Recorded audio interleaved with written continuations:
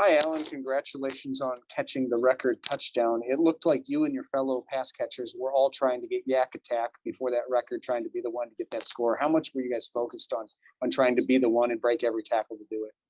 Yeah, honestly, we didn't discuss it too much. Obviously, it was pretty obvious, the elephant in the room with the record coming up and everything. But we just prepared the same way we do all week. I think we went to the game the same way as we do any other game. I think it just was a matter of opportunity. And I'm obviously very, very fortunate to be on this side of the end of the history. Wes Hadkowitz. Hey, Allen, you got me? Yep. Cool. What was kind of your reaction afterwards? And did you say anything to Aaron after you had gotten that ball? Yeah. I mean, my reaction was just like, oh shit, I caught it. Like I said, I wasn't focused on it or anything. I didn't have a plan after to do anything special for him or anything. But I think, once I caught it, I knew I was in, saw the ref signal it. It was a pretty great feeling. It was just, being out, like I said, being on that part of history and everything. And then also just, seeing his picture up there with a 443. And then just thinking about my journey, that this dude's thrown 443 touchdowns. And I think I have like maybe 12 or something like that total here in the past 3 years. So just to be a part of his legacy, to be a part of this organization, and just it was a huge moment of gratitude, just for me and I think everyone else as well. Jim Polzine. Allen, you got me? Yep. It's pretty well documented how Aaron doesn't throw very many interceptions, but does today kind of just show how important that is? I mean, guy on the other teams throws 4, Aaron just avoids big mistakes, and how important is that? Yeah, it's huge. It's huge. I saw something this morning, or I'm not sure when I saw it. It was the past day or so, just his numbers of touchdowns compared to other guys and their interceptions as well. And he's thrown like 200 less or whatever from at least Brett and I think the other guy as well. So just to have those statistics is just so crazy. And the fact that he had to sit on the bench for the first 3-4 years of his career, and for him to still reach that number, like come on, like that's greatness. That's greatness for sure. Ryan Wood, go ahead.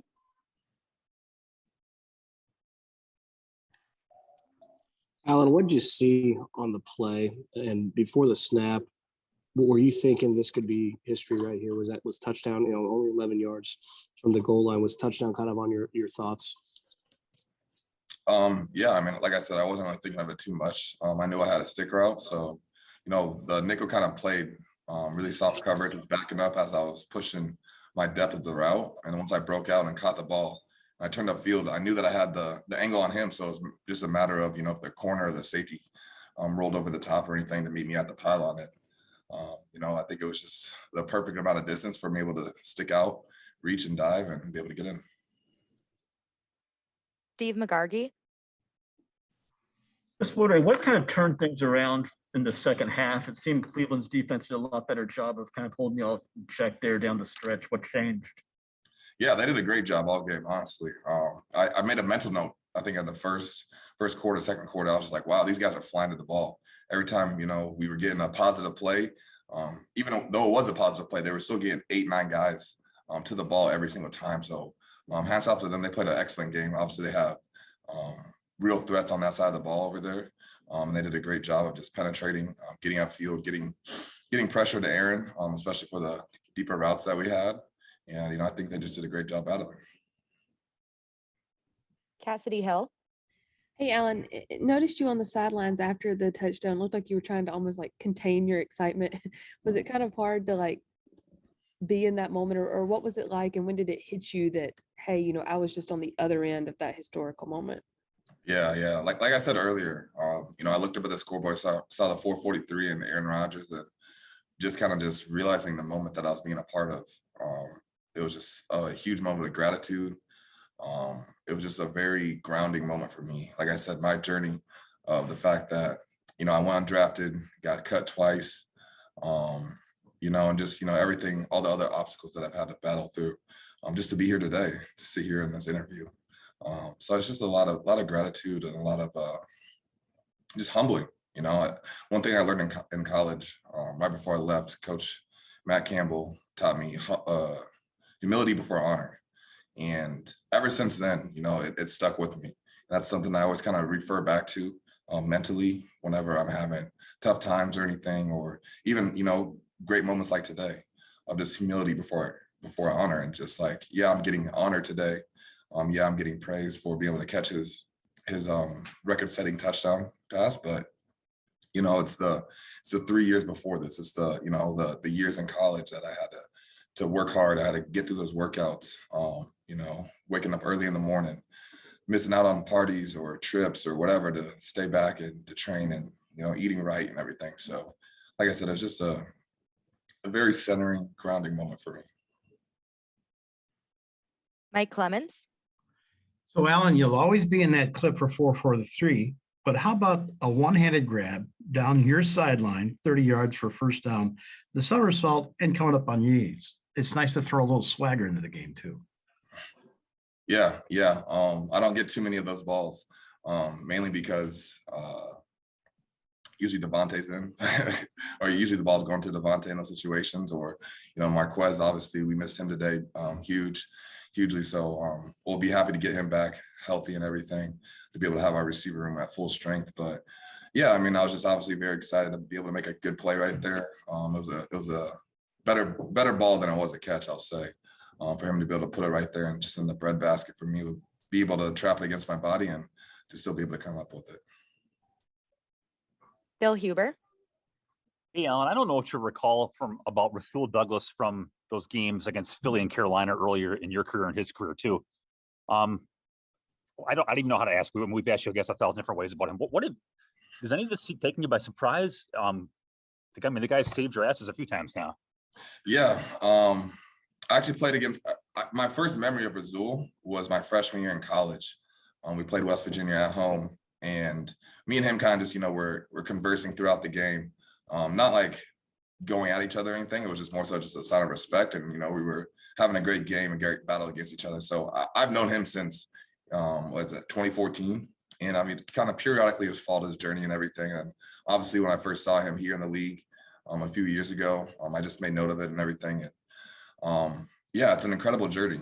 I think that for him to be able to do what he's doing now, wow. It's hard for me to describe, just because it's such a small, rare opportunity for someone to be able to get that chance, to get the opportunity, to get the minutes that he's getting, given his situation.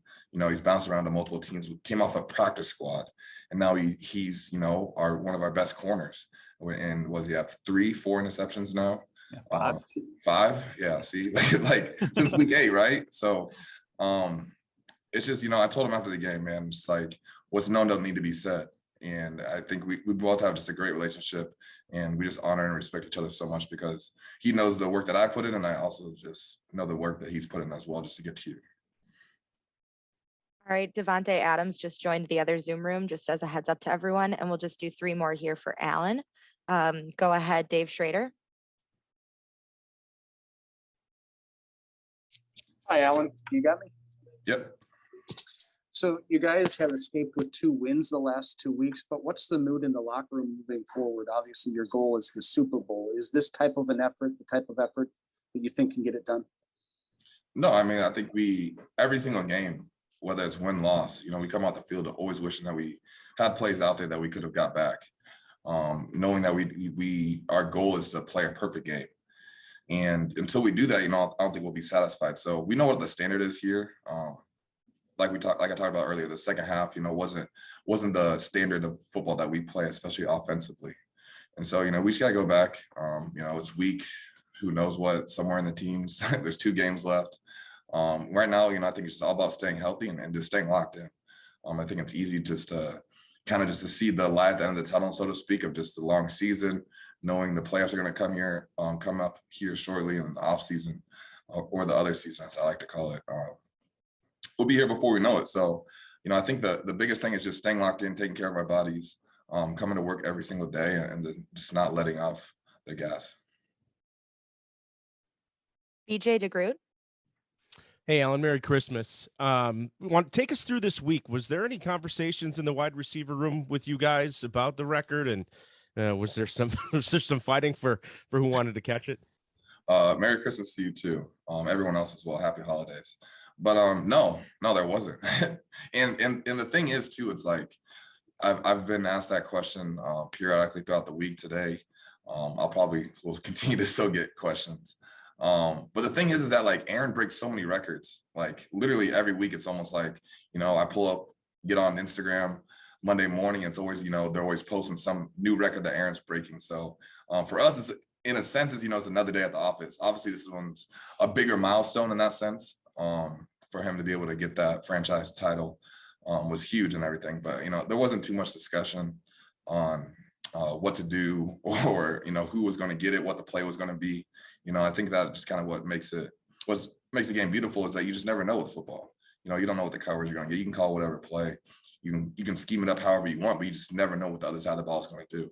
And so, for me to be able to get it and be able to score the way I did, obviously a moment I'll cherish forever.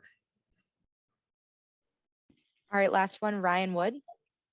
Speaking of that moment, you never know how history is going to come to you. You had a chance in Baltimore, obviously, to be on the receiving end of the record and had the misconnect. How much did you think about that play during the week? And did you think of it at all, just getting the second chance at it that you got today? Yeah, looking back, I could have had the record to tie it, and I could have had the record to break it as well last week in Baltimore. But nothing too much more goes into it as far as when I'm analyzing those plays. It's not like I'm like, oh, I wish I would have caught just to break the record. No, I just wish I would have caught it in general, whether there's a record on the other end of it or not. I just, I want to do whatever I can to help my team win and be successful. So those are obviously two catches that I wish I could have came down with last week. And it was obviously very special to be able to reel in one today.